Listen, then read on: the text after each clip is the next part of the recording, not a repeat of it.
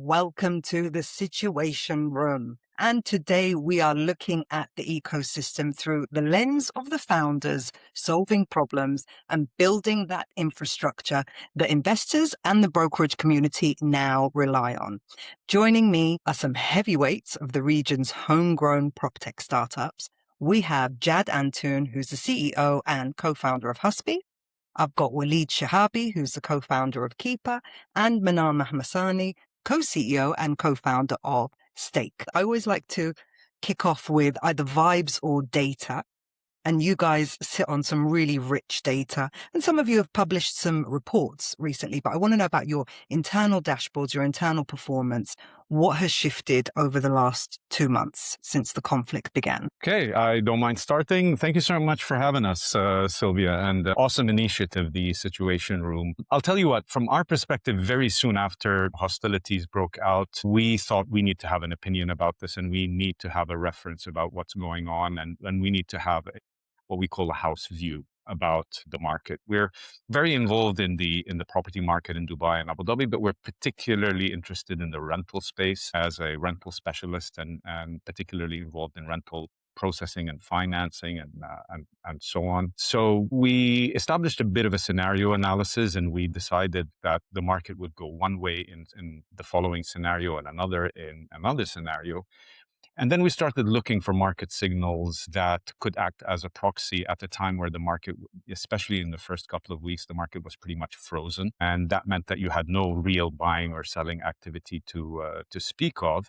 And any transactional data that was coming through in the market was really carried from transactions that were secured prior to the event. So we're not indicative of the impact on the market. And we zeroed in on a stock actually that's listed on the Dubai financial market that's called the Dubai Residential REIT, which is the single largest REIT in the Middle East and a very well diversified residential only yield generating, no leverage property portfolio of almost 40,000 residential properties in Dubai. It's very diversified across all income segments, from the luxury down to the affordable and everything in between. And we decided that since it's a liquid, large, and diversified residential property portfolio in Dubai that reacts in real time, investor demand for the stock, we established that this is the best proxy to reflect the price impact on the one end, the anticipation in the market for yield impact and return impact as well. And we saw that the immediate hit was around the 15% level. And then the stock oscillated downwards or upwards from there, depending on developments and so on in the market. Had gone down by as much as 20% at some point at the peak of hostilities, but recovered and is today around 15% lower. And we immediately sort of took that data set and that piece of data and went back to our customer base and said, so this liquid stock tells us that the market expectation is of around an average of a 15% impact on property values and on rental values of new rents that you can close in the market. And we sort of communicated immediately to our customer base, investment property owners in particular, that they should adjust their expectations by around that margin. Of course, it doesn't apply to all property sectors. That very high-end luxury segment of the market is not really driven by rental yields or that sort of indicator. So probably I would exclude that segment out of our findings. But by and large, the spine, the core of the market, we find that probably the overall impact is around the 15% so far. That puts it in the territory rather than the crash territory. Typically, a crash is defined as a 20% plus decline in value. And we also saw that when hostilities ended, that stock recovered in closer to around the 12%. And we're communicating that to our customer base as well. The good news is when expectations adjusted to that new price level and price expectations, and especially in the secondary market, we actually saw inventory clearing. So it was, as long as you are responsive and realistic in terms of your expectations in this market, then a 10% decline in your expectations, price-wise or rental income-wise, I think today in this market is actually clearing. You're getting new rents coming through, you're getting new sales coming through if you adjust from the peak that we had in February 2026. And remember, we've been coming from pretty much 4 years of a bull market. So a 15% decline in that context isn't particularly negative and is actually a good signal from our perspective, at least. Manar, any headlines from your report, which I could link to the description below. We'll attach your Q1 intelligence report to this. Yeah, thanks for that, and thanks for inviting us to this forum. It's always good to share insights. And Walid, you said a great backdrop to what's happening in terms of the conditions on the market. Our report was out to show what's going on the platform. I was very encouraged with the buying activity happening across the board. We saw the folks that are based in the region a lot more active, of course, than elsewhere. But having said that, even when you had a lot of headlines in the media outward that we all kind of thought was overhyped and over exaggerated, we still had about 33% of our volume come from outside of the GCC region. So that is extremely positive. If you take a step back, noting that we've been in extraordinary market conditions, we also kind of had a tick up in Q1, for instance, on the rental yield side of things. That might be proven to be a short-term kind of move, as Walid is mentioning. Where the pricing is heading in a different direction, so that should yield to a certain amount of yield compression. We had investors come in at higher tickets, average tickets, which is indicative of people buying the dip with more conviction, if I may say. And then also our speed, our funding velocity was significantly higher than usual. We averaged last year around 11 days to sell a property. Now we're selling in 9 days. So it's quite encouraging to see. And it definitely reinforces the long-term belief that the investors have in the Dubai market writ large. And that's really interesting to see, because a lot of the previous conversations I've had with the brokerage CEOs, they're complaining of a real slowdown in speed to deal. So, so the full transaction is taking way longer than it used to, but with the fractional side of things, it's actually happening the reverse much quicker. And what about you, Jad? What are you seeing? Yeah, Silvia, thank you for the show. Guys, Walid and Manar, congrats on the business. I'll recap a bit Huspy's position in the market. So we have real estate business as of 2 years ago. We're probably top 10 in the market. We're pushing heavily to grow that business. And on the mortgage side, we're market leaders, having roughly around a third of the market. So we have a good sense of what's happening. If I'm not mistaken, I think we're the company that is the most data out of everyone. I'm gonna speak a bit on what we've seen the past couple of months, and then I'll speak a bit on the comment that you made on the CEOs of the brokerages seeing a slower funnel and all of that. So, couple of months, first 2 weeks, incredibly bad. We went to close to zero. So I don't remember exactly, but we were like any revenue that we generated was like a rounding error, right? In general, rebound was fast. Second half of March, we started going from close to zero to 60, 65 gradually. It's 10%, 20, 30, 50, 65. We got stuck at 65 for a couple of weeks. The past 2 weeks were actually incredibly good for us. Last week, we went up to 85%, and this week of all-time high, which was in February. And actually this week, I still have today, but we think we're going to be at 94, 95% of all-time high, which is incredibly, incredibly good given the situation. Bearing in mind, Silvia, that on the mortgage side, the mortgage is a multi-product. So you have homes, refinance, equity releases. So it's a very resilient business line. This is why when you see a boom in the market, you play with the boom. When you see a slowdown in the market, you still have a lot of resilient, much more than probably other products in the industry. So the data that I mentioned this week and last week, 85 and close to 94, 95, in my opinion, it's still a bit too early to make a conclusion. If we see this data for the next few weeks, then I think we can breathe properly. So that's the first thing. The second thing on the comment of the CEO is saying that the funnel or the conversion usually is slower than before. I agree with them. Just for you to know a bit, we have around 10 billion, even more than 10 billion in the volume on the pipe, especially at the bottom. So when people need to take a position so close, you feel the slowdown. So the conversion rate usually is like through the roof, like at 85, 90% in general. In March, we're at 14. Now we're going towards that number. So we're still at 60, 65%, but you feel the pipe is slower than usual. So we see that as well. So this is a bit on submissions coming in to Huspy, which is a massive indicator of closing. For all the correlations almost 1-to-1, and a bit on the comment that you mentioned that other large CEOs of large brokerages mentioned. Mortgage approvals. This has been a really, really tricky one, how to value the property. What are the banks saying right now? Yeah, so there was a lot of news on changing LTVs going from 80 to 70 and 75 and etc. So let me explain a bit the bank situation. So a lot of the banks that are very large in retail, in high volume retail, credit cards mainly, like the Emirates NBD, ADCB, they're incredibly strong in that. They're actually not very large in mortgages. HSBC is another one.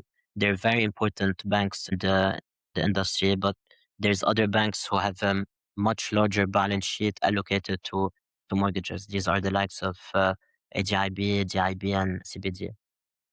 The big banks that moved the multi-billion per month, there was no budge in the LTVs. So this is why they can absorb a lot of the volume that's happening today in the market. And in general, Silvia, in the UAE, for a country in this size, the banks are incredibly large balance sheets, very profitable. It's very, very large organizations into place. That's the first thing.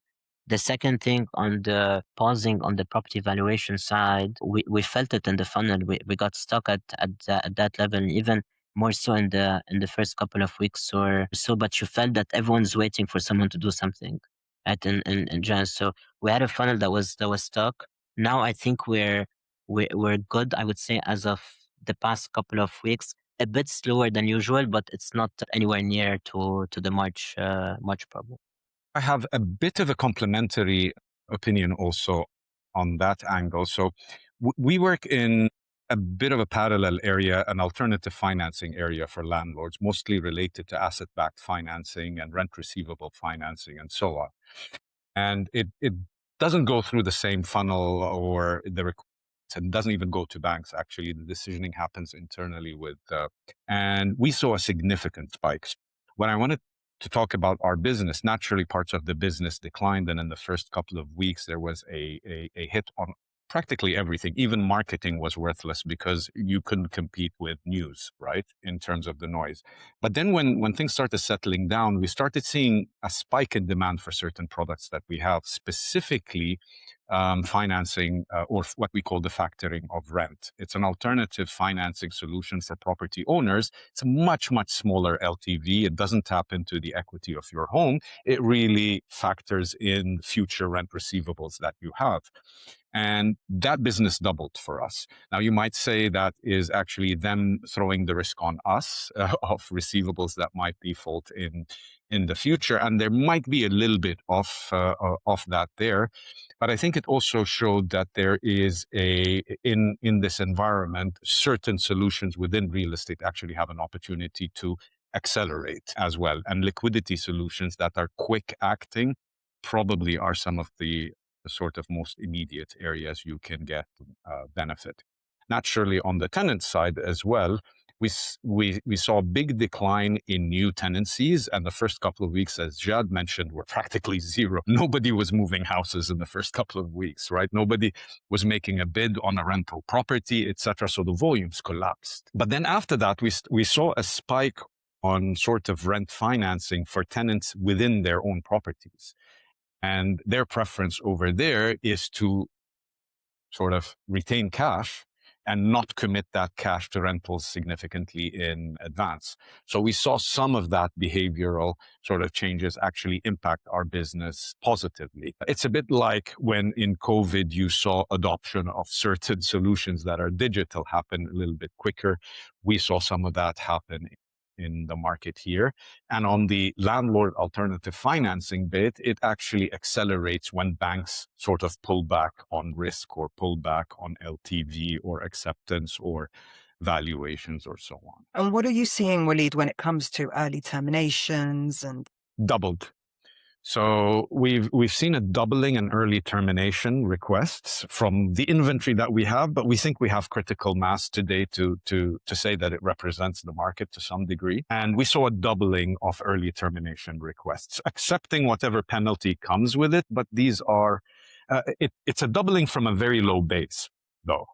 So this is an immediate impact. These are people that were let go from hospitality jobs, for example, that may have exited the country or may have actually turned to a more short-term alternative in their rental, which means, get out of a fixed contract and get into sort of a rolling weekly or monthly thing until you figure out whether you're going to stay or not. So we saw that needed a response.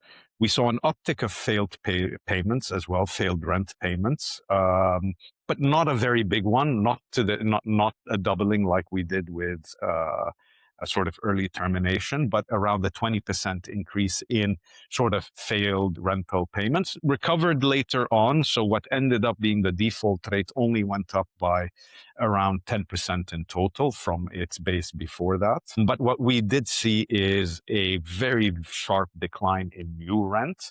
You don't have a lot of people moving into Dubai during this period, so you're dependent on people moving within the city, and that also wasn't very heavy.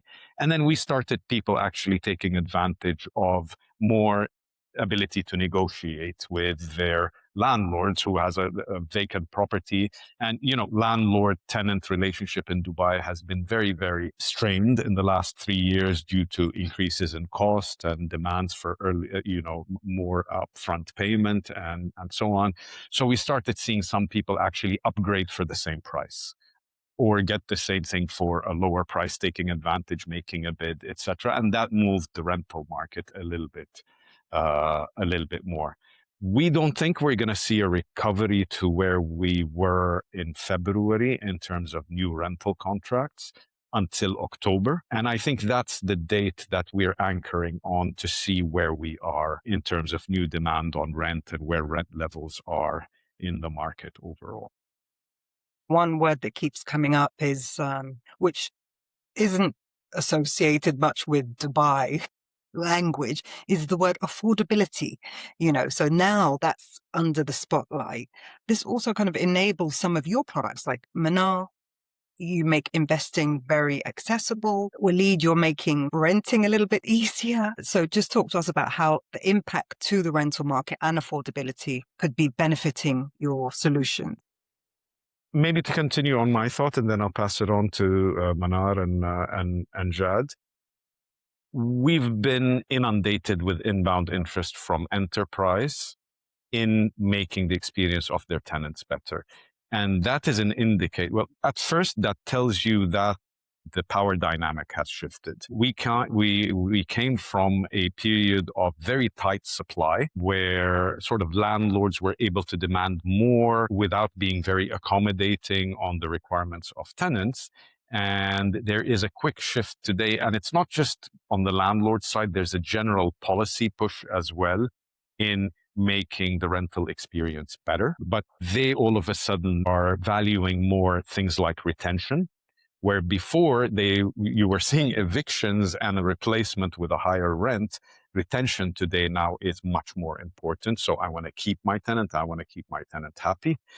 And I want to give my tenant some benefits of continuing to rent with me. So things like digital payments, flexible payment options, easy deferral process of these payments, etc., becomes actually something not just interesting for the tenant, but actually interesting for these large landlords to start offering to their tenants in order to improve occupancy, increase retention, and so on. And this is one of the, for me, actually very positive development, because if the supply side really doesn't need a solution to that, they're not in any urgency to do it, right? While in a market that is softening a little bit, it's actually good for the consumer, it's good for the renter, because the property owners are now valuing much more highly their retention and their experience and their rating, if you like. Let me just supplement a little bit, because Walid, I think what I'm seeing on the rent side is quite aligned with what you're saying when it comes to doubling of the terminations or non-renewals. There's a lot of movement in the market for opportunistic relocations, and at the same time, we are looking at a state where vacancies have effectively gone up. We were beating the market with less than 5% vacancy rate across the portfolio, but now it's over double digit, over 10% now. And so it's consistent with your doubling kind of number overall. What I've done as well is I've looked at how high does it go in terms of vacancy, or how low does occupancy rate go in these types of market shock phases that Dubai has gone through historically. And, it tends to settle at no lower in terms of occupancy than 80%. I think we might be in a stage where, over the summer now, with all the supply that's coming our way, although, again, the headline figures registered, supplies are a lot higher than they will be in reality. Historically speaking, I think 30 to 45% of the headline numbers tends to materialize in the market. I've recently also published a blog about this, just looking at the data that Dubai has in terms of cycles. But I think if you look at the affordability point that you highlighted, Sylvia, a lot of people are seeing this as an opportunity to get better, kind of a cost of living and in better locations. While some locations end up, kind of staying in demand and having less downside, kind of risk, your prime areas, namely where you have great infrastructure and availability of services, they tend to be the well bid kind of areas where we've traditionally focused, but increasingly so as the city expanded, we kind of went to peripheral markets and markets that have their own dynamics and weaknesses on the higher side in terms of these locations. But it's a welcomed change, really. And us as a business, as a platform, we're in the business of generating the highest yields. And we have a strategy called high yield that, sells in minutes. That was harder and harder historically to find properties that meet the criteria. And the criteria isn't, knocking it out of the park, if you will. It's just a plain vanilla used to be 6% yield. Now it's, kind of closer to 5.6%. And this, kind of leveling off that we're seeing and slowdown is helping us secure properties at higher yields. So that's definitely welcomed in terms of generating the right supply for the platform. And your entry is as little as 500 dirhams. Are you seeing an uptick in the smaller investments or stable? It's also on, kind of a downward trajectory, although in Q1 we saw, like I was mentioning before, an increase in the average ticket, which to us also, as we attract, let's say, less of the smaller investors that want exposure that are the first time buyers and, want exposure to Dubai, and more, let's say the international investors that used to make up more than 50% of our volume. Now, in this market backdrop, as I mentioned, there's more conviction from the local markets. The closer you are to Dubai, more propensity you have to spend or invest. Those types of investors tend to be even, the savvier and the ones that have bigger wallets that can, kind of capitalize on the opportunity because they have the conviction, the long-term conviction. And Jad, when we shot our first episode about 2 years ago, you said your goal was for Huspy to become a verb. Are we Huspying it yet? Yeah, I'll tell you a bit. Our DNA in the company is like we're very growth oriented. Like you know that. Right? So I think this was from day zero. We're still we're still the same right now without losing our assets. So we built this company for mortgage brokers and real estate brokers. There was no change in that thesis from day zero. I'll give you a bit of a feel of where we stand today. So when we went to Spain a couple of years ago as a first quote unquote PropTech or real estate company or whatever you want to call it that went to Europe, and in that phase it was a big move. I think this year hopefully the business for us will get to close to $100 million in revenues. That started to become a bit substantial for us. We're doubling down on expansion from the beginning of the year. So for you to get a feel, where we're launching 5 cities in the next 60 days, 3 of them in Spain, plus we're launching 2 more countries in Europe as well. So we're doubling down on that thesis, not because of the conflict that happened in the UAE. That was the initial thesis of the company, where we want to build a company from Dubai to the world. So there's no change from the DNA of Huspy, and we still it feels like day zero. So the ambition gets bigger. We want to go harder, but most importantly, serve our customer the right way. And I think that's an incredible challenge to scale while not choosing quality. Like for us to execute properly on 5 cities in 60 days, like it takes a lot. It doesn't come easy. So we'll do our best, and whatever the results are, the results are. I know you're all building for LTV, long-term stickiness. We've got some new partnerships with Property Finder, expansion into Europe, Saudi Arabia. How are we going to see you taking bigger chunks of the customer journey? Yeah, I'm happy to shed some light on what Stake is focused on and what this situation is, kind of accelerating in terms of roadmap. So basically, and I should have highlighted this at the onset for first-time listeners. Of course, Stake is a digital real estate investment platform. We allow anyone from anywhere in the world to buy into property from as little as 500 dirhams, property in Dubai and in Saudi Arabia. And most recently, we launched a US opportunity that is effectively the first global real estate investment platform that has multiple regulatory jurisdictions and multiple products. So we see ourselves as a kind of a marketplace for real estate that serves multiple stakeholders in the ecosystem at large, and liquidity providing is important for us, whether it's doing that for the sellers. As I mentioned, we're, kind of really selling properties much faster than the open market, but also to the investors ultimately as a source of capital. Unlike maybe, the other participants with us on the panel that deliver for end users that are experiential, they are either renting or buying for end use. That is a problem of access and liquidity and transparency and so on. That is universal. And this conflict really kind of highlighted to us how important it is for us to have our growth plans elsewhere in other markets accelerated.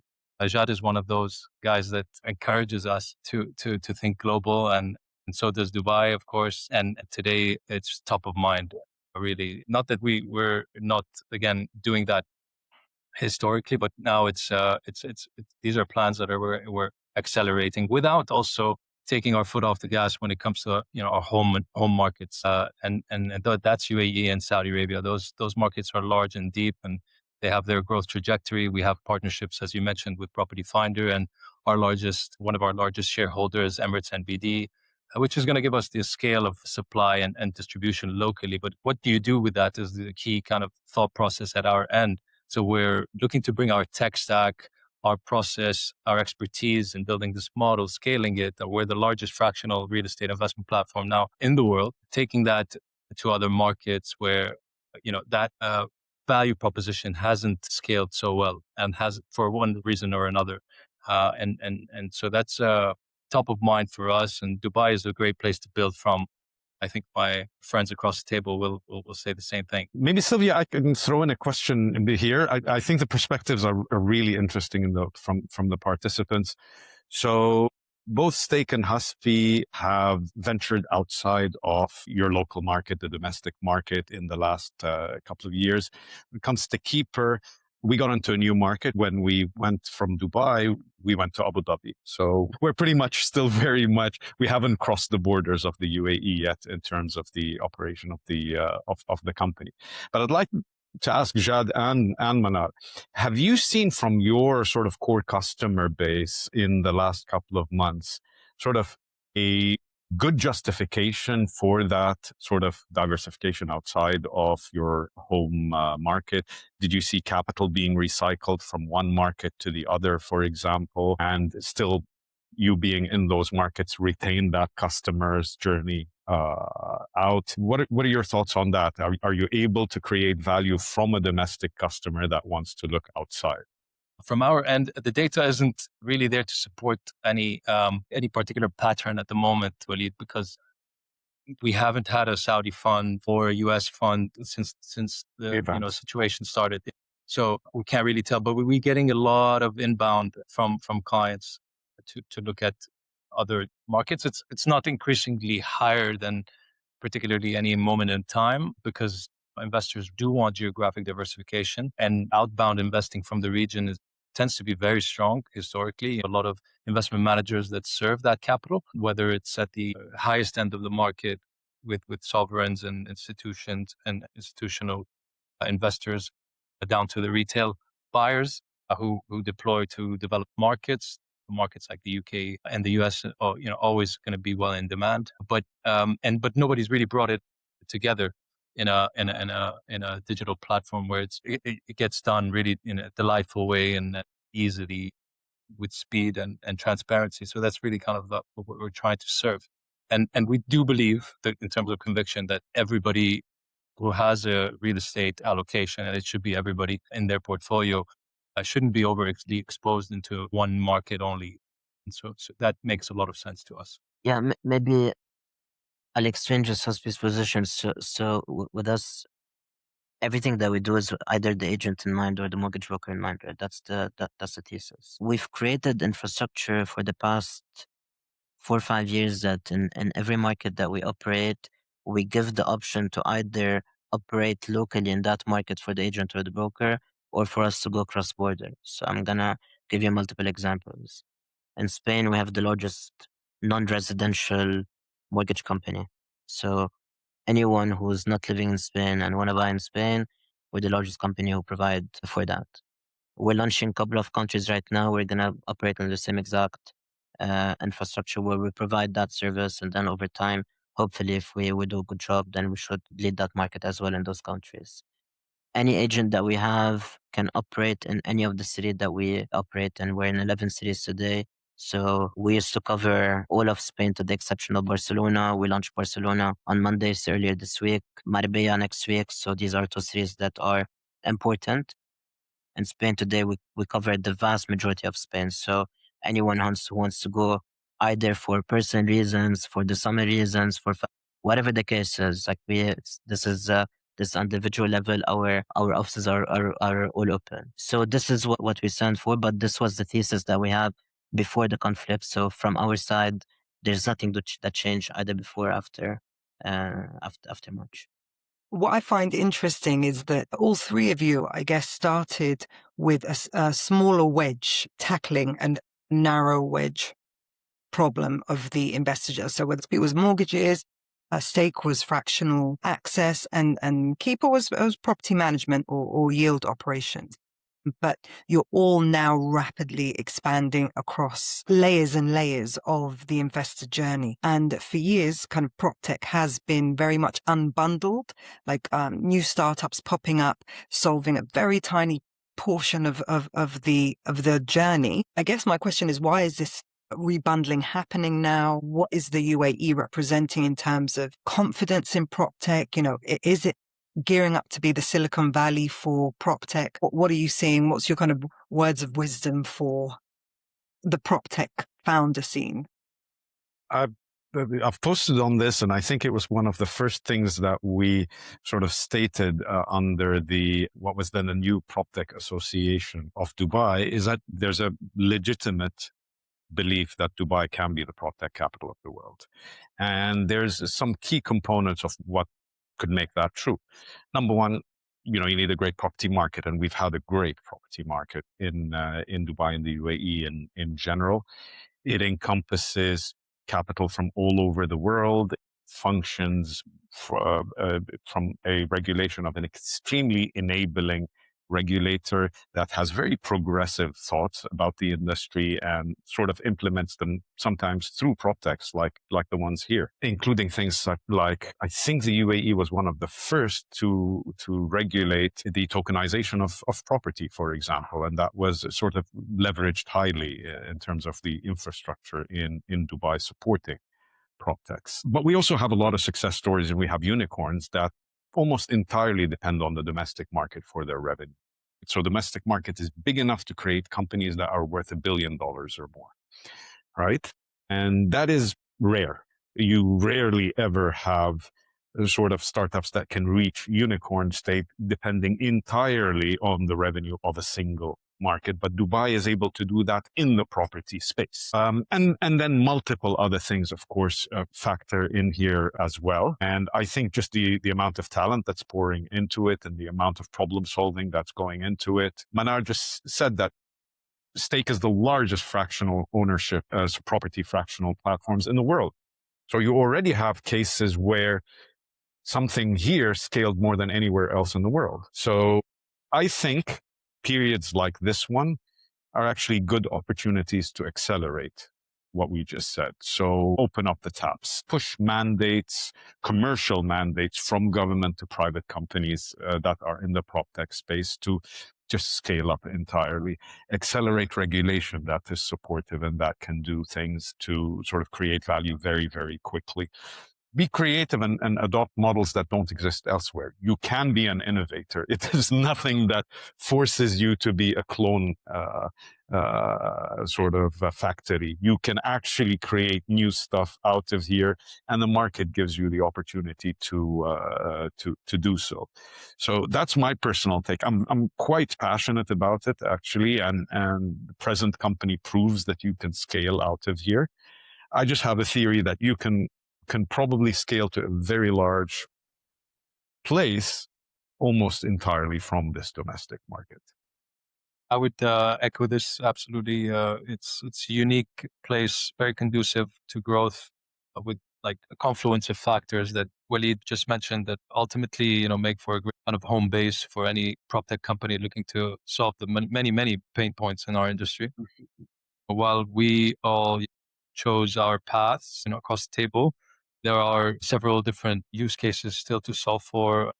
At large, this industry operates offline. When it comes to our business, tokenization is going to be really a game changer, and its direction of travel. We're spending more than half of our time in that area, which is going to be a real unlock for stake specifically. And I think for the whole market, we haven't even started. The possibilities and the realms of possibilities are actually quite wide ranging. When you think about Dubai as its place as the kind of capital for PropTech, it's the most transacted city in the world. It's about 3 or 4 or even 5x, I think, the largest city in the world, which may be New York. I would love to kind of compare notes because I always, research this. If a city like Dubai that's still growing is attracting, 4 or 5x the amount of volume of transactions, whether it be on, the sales side for sure, but kind of that tends to obviously lead to rents as well. There's in a place where there's no taxes and highly progressive, as we mentioned, Walid. The leadership is in your kind of in your camp, building with you, and we've really felt now since March that regulations are kind of looking to get accelerated to enable more of that growth to help support us navigating the new kind of market conditions. That's really favorable, and I think that's going to end up putting Dubai in the pole position when it comes to PropTech. Just Silvia on the PropTech scene, and then Dubai and PropTech scene.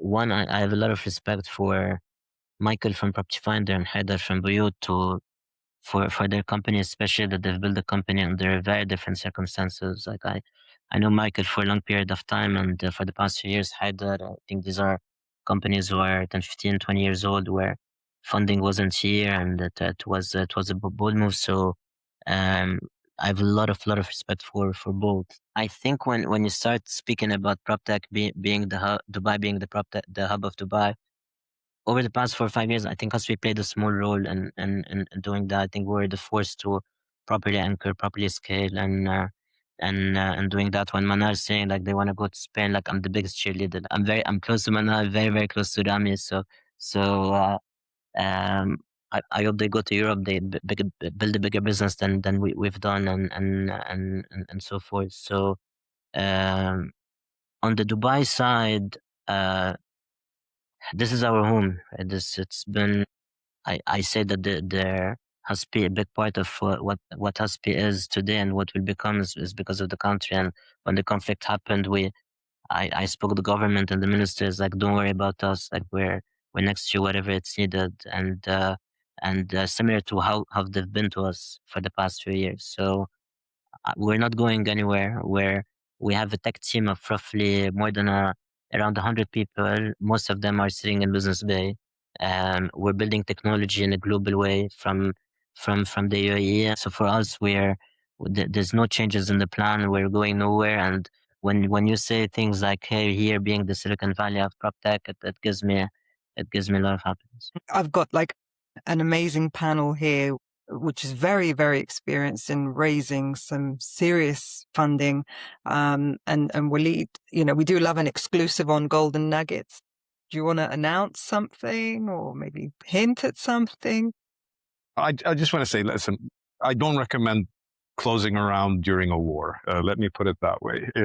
There's way better times to do that. Our timing was a little bit off, but we're going to have some good news to announce very, very soon. Listen, it's a testament to be able to get international commitment into a company that's only functioning here in the property space in a war. And I think that is a strong sort of statement of confidence. I'm not going to say necessarily only in Keyper, but in sort of the resilience of the market and resilience of the UAE and Dubai, and as a place where a company like us can take that money and grow with it. Yeah, absolutely. It was difficult. We couldn't act dumb and sort of claim everything is the same, nothing has changed. We don't know. Actually, in the first couple of weeks, you don't know what changed. You can't even predict what changed. And naturally, that means that the sources of funds need to have a comfort again, even if they were committed before, they need to have comfort again that your plans still stand. What if this happens? What if that happens? What happens to your credit book? We're sort of in a lot of ways that we have a pretty significant sort of lending and factoring book. What if that blows up, right? What if everybody leaves? And these are legitimate questions, right? Maybe coming from people that don't necessarily understand how Dubai has progressed in the long term and how resilient it actually is, but still you need to respond to it. So we went back and we did a pretty big deep dive. We're transparent and honest and etc. about areas where things could be impacted, but also sort of we're of the opinion that there's always opportunity in periods like this. So we doubled down on the opportunity statement. And that landed well. We believe it and we're progressing on it. But happy to say that great names, great sort of belief and confidence. And hopefully, we'll get to share with you all the names, etc. when we're free to announce, knock on wood, we managed to come through. So if you did have to advise a founder that's going out to raise in this environment, what would you be telling them to double down on? And what would you be telling them to stop saying in their pitch? So, I mean, the guys on this call have raised significantly more money than we have. So they've done it through multiple cycles, ups and downs in the VC industry. So I'm sure they have a lot of sort of insight on that. But just simply from our last experience, sort of plan and budget for twice what you think is reasonable, right? In terms of the whole process, in terms of your engagement, in terms of what you need to do to get things through. And that sort of allows you a little bit to be able to go through the process and its ups and downs and all the different moving parts that you need to line up for something like a round to be Be very close to your investors. Make sure you have enough of them that continue to believe in you over time, because you're going to go back to the market multiple times in the future. But always have, your vision. Be very public with your vision. Be very public with the problem statement and the progress that you are having. But I think many, many more lessons also from Manar and Jad could be shared. Nicely said, Walid. Of course, I would say if your business is centric and concentrated in the UAE, I think, and this was reflected in public markets, whether it's a fixed income, and now, you can see it to some extent on the stock market, but like real institutional money still believes in the, resilience of the market here. So in terms of real estate, I think we tend to associate the success of PropTechs with where we are in the cycle in terms of price point and so on. So if we are in it for a bit of a correction now, it's a time to consolidate and build really high quality tech. So I think recognizing that that there's going to be kind of a slowdown perhaps in transactions. Nobody knows for how long. I mean, this could be a V-shaped recovery, could be a bit longer, but nobody that I've been speaking to is dismissing the long-term trajectory of the market. So staying, kind of focused on the trajectory, because our house view when it comes to stake, of course, is that the Dubai prices are a bargain. They are a fraction of what international markets, comparable cities are, and for that very reason, in addition to the kind of leadership that is proven that it's highly capable and competent to manage shocks each time better than the other, and come out with regulatory reforms that make the whole system stronger in the end. But you come out always with a higher high, and that higher high comes whether it's a 2 or 3 or 5 year mark. Ultimately, you as a startup, you're building a long-term, profitable business. And if you can, with, the tools that we have today with AI, have less of a cost base that you can sustain for longer periods with your rounds, kind of being longer in terms of intervals, that's a really attractive set of conditions or environment to build. And Dubai really is going to kind of complement your journey if you choose to build from here. And I think so, there's a lot of capital that is looking for PropTech. I was speaking to a bunch of investors over the past couple of days that are still looking to bring either foreign talent, foreign businesses, or back the right, kind of companies locally, or funds that are investing in PropTech locally. That I think, any builder, any entrepreneur looking to build here has a good, kind of story to align with, especially with regulators. By the way, Manar, I mean, I don't know if you're seeing it as we are, but there's a lot of dedicated PropTech money now as well. And that is increasing. And I think that just shows that there is a general, it's not just the founders that believe in the space, the money believes in the space too. There's dedicated money being allocated to it, including new regional funds. Like never before. I'll give Jad, I'm so intrigued to hear what Jad's going to say about this, because he's raised the most and he knows what the investor mindset it looks like best, because he was an investor himself. The issue, we haven't raised money in such a long time. Like I don't even know what's happening anymore. So I'll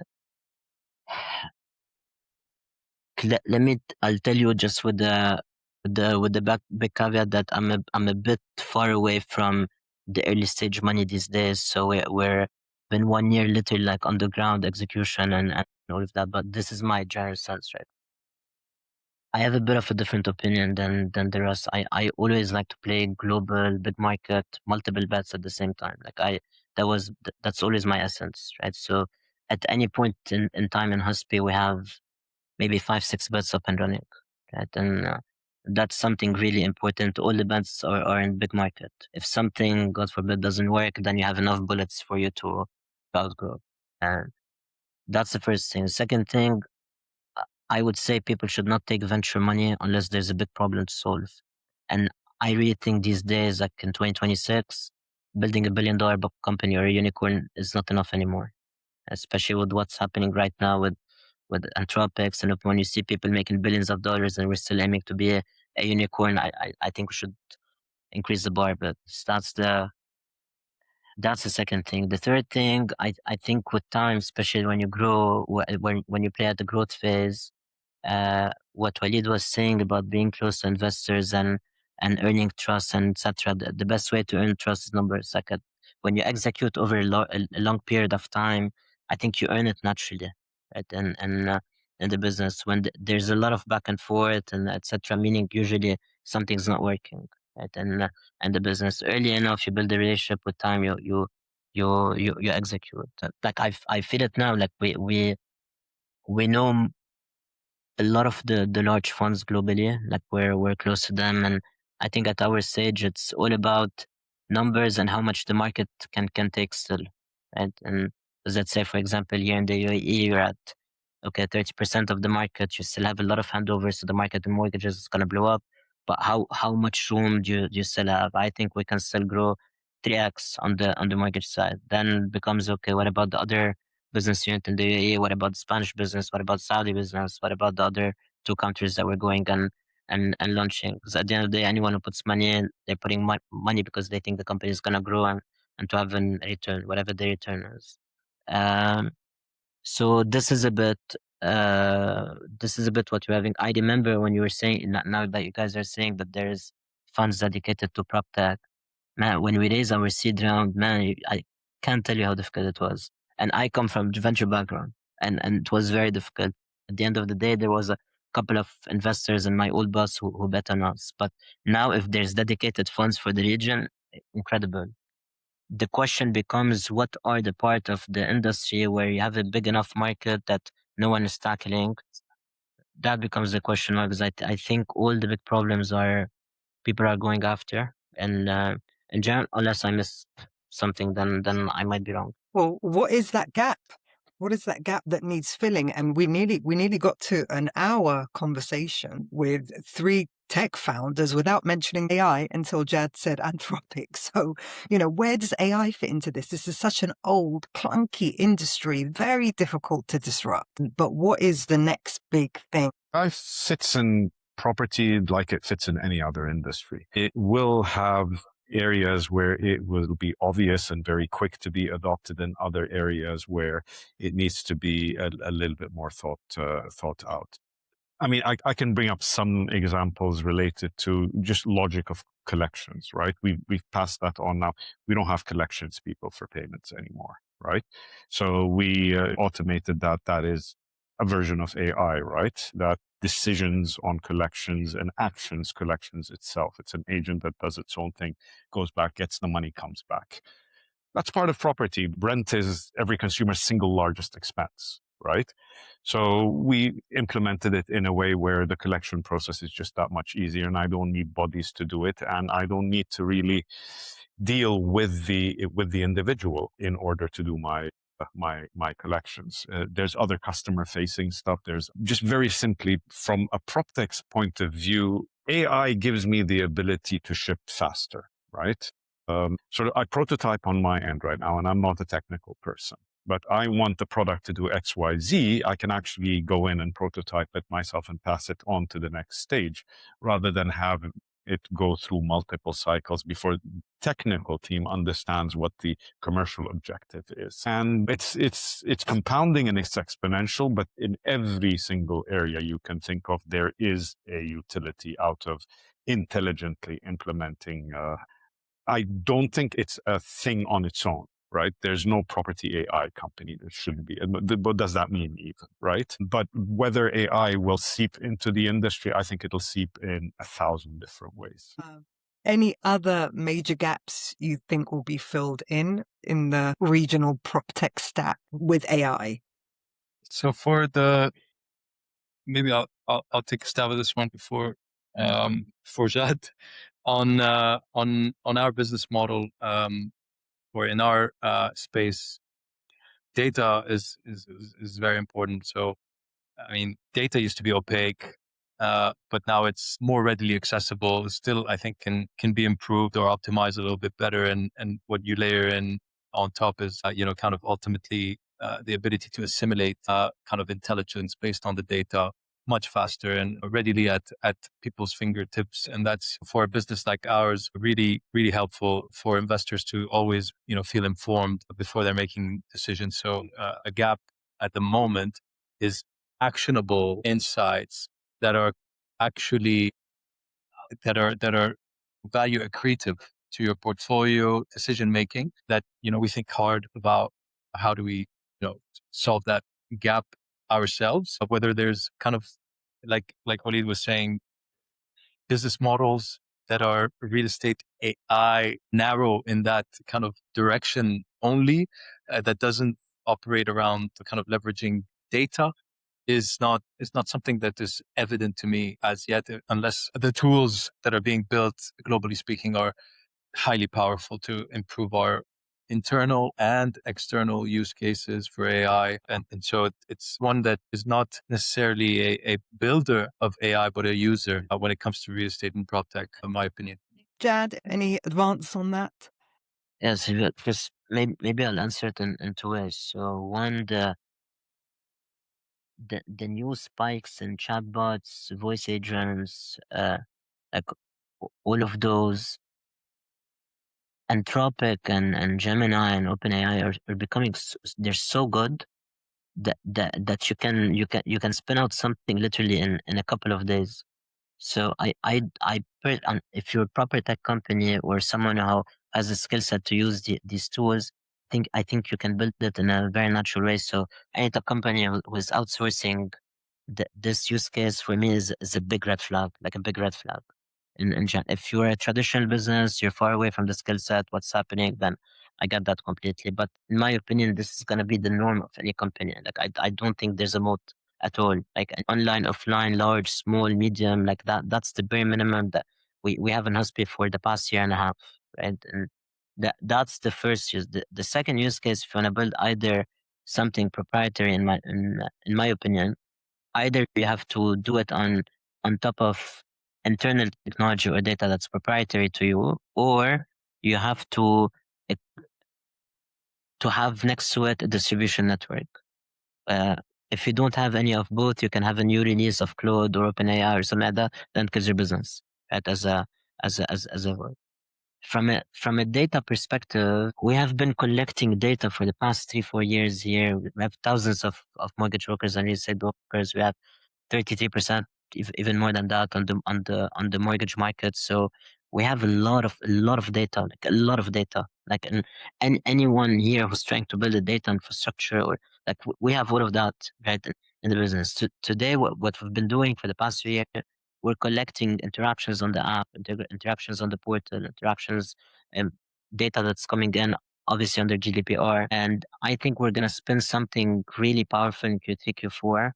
We're going to release a product for brokers and agents. So we're going back on that thesis that we have, global by nature, so deployable in the 11 cities that we have today, 16 by the end of the quarter, and we'll take it from there.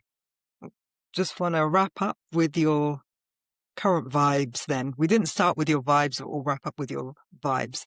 Bullish, cautious, or neutral for the next 6 to 12 months? Walid? I'm an eternal optimist here. I'm always going to say up, right? But I think we have too, short of trying to do geopolitical predictions and things like that, I wouldn't know more than anybody on that end. But I can say that we have, number one, the infrastructure, and number two, the need for what this city has. And I'm talking specifically about Dubai and Dubai's property market. What always is the best indicator of growth over here is net new immigrant traffic, like people moving in. That's always been the top indicator of economic performance over here. Now, if that category of people moving in have more wealth, have more skill, have more income, that's an even bigger impact. So if you're attracting high-tech skill, if you're attracting people with very advanced knowledge and capabilities, etc., naturally the economic impact is even higher. I think all of these are sustained in the story of Dubai. And Manar said it well, if we always do a higher high, right? And my prediction is we are going to see a higher high at some point in time, and not in the too distant future. We haven't hit levels of pricing that are sort of obscene and speculative in nature. Off-plan maybe somewhat a little bit in some areas, and that little bits of steam needs to go there. But the good thing over there is that that supply actually can be controlled, can be delayed, can be pushed forward, etc. And new supply sort of ends up stopping. You're not going to get too many launches right now coming in. So whatever we had as a sort of a base case now is a best case in terms of what supply will be coming. So I'm going to say that the long-term story is very, very, very strong and very sound, right? And it's how quickly we can sort of go through the residents moving in, looking for opportunity, the re-domicilation of a lot of companies globally. I mean, we have some amazing technology companies that re-domiciled to Dubai. That's a core part of the story. We have the Telegrams of the world, the Binances of the world, the Yangos of the world are headquartered here, right? And you want to see probably more of that happening. There's no reason why that can't continue to go on.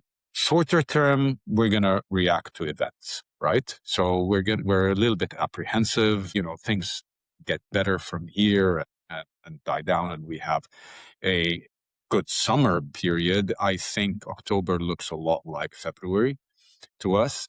And that's what we're betting on, is that October is going to start. You will see net new arrivals in Dubai, starting new jobs, starting new businesses, etc. And that's sort of the main indicator. Tourism is a key driver for us.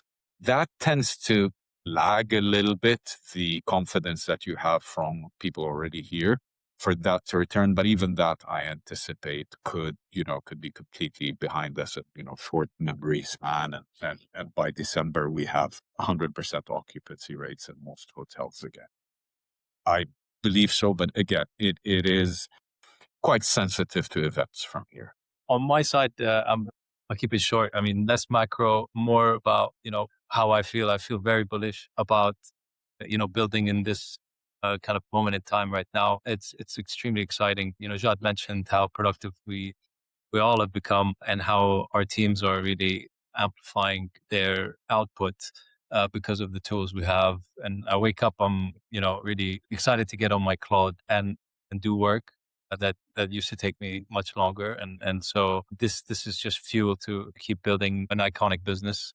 And so that's really what drives me. And so my vibes are extremely bullish. And especially as, we all been saying, our conviction is up and to the right when it comes to our space and our asset class. There are very strong reasons also wearing a macro hat to be bullish for any physical asset to benefit from monetization that's happening from governments and so on. So inflation is real, and that tends to really kind of pick up in our asset class. Another supporter for the prices to be well bid and there to be upside. And so for that reason, I think we're in the right time, right place. If we have a moment of softening, we should capitalize on that and double down and build businesses that can, kind of grow from here and deliver value to global customers.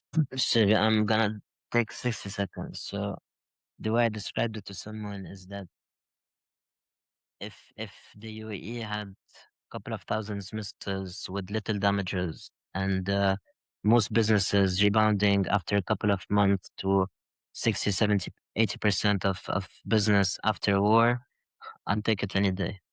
Like for me, it's so much clearer. Like we work in multiple countries in Europe. Like you've lived abroad. There's economies that take years and years and not recover. And if I'm Lebanese by nature, I've lived a couple of wars before. If there was a couple of thousand missiles thrown at Beirut, you would not have a city at all. So if this is a damage, I'm comfortable and again, we're going nowhere. Thank you, guys. And do come back in. You're welcome back in the situation soon. Thank you.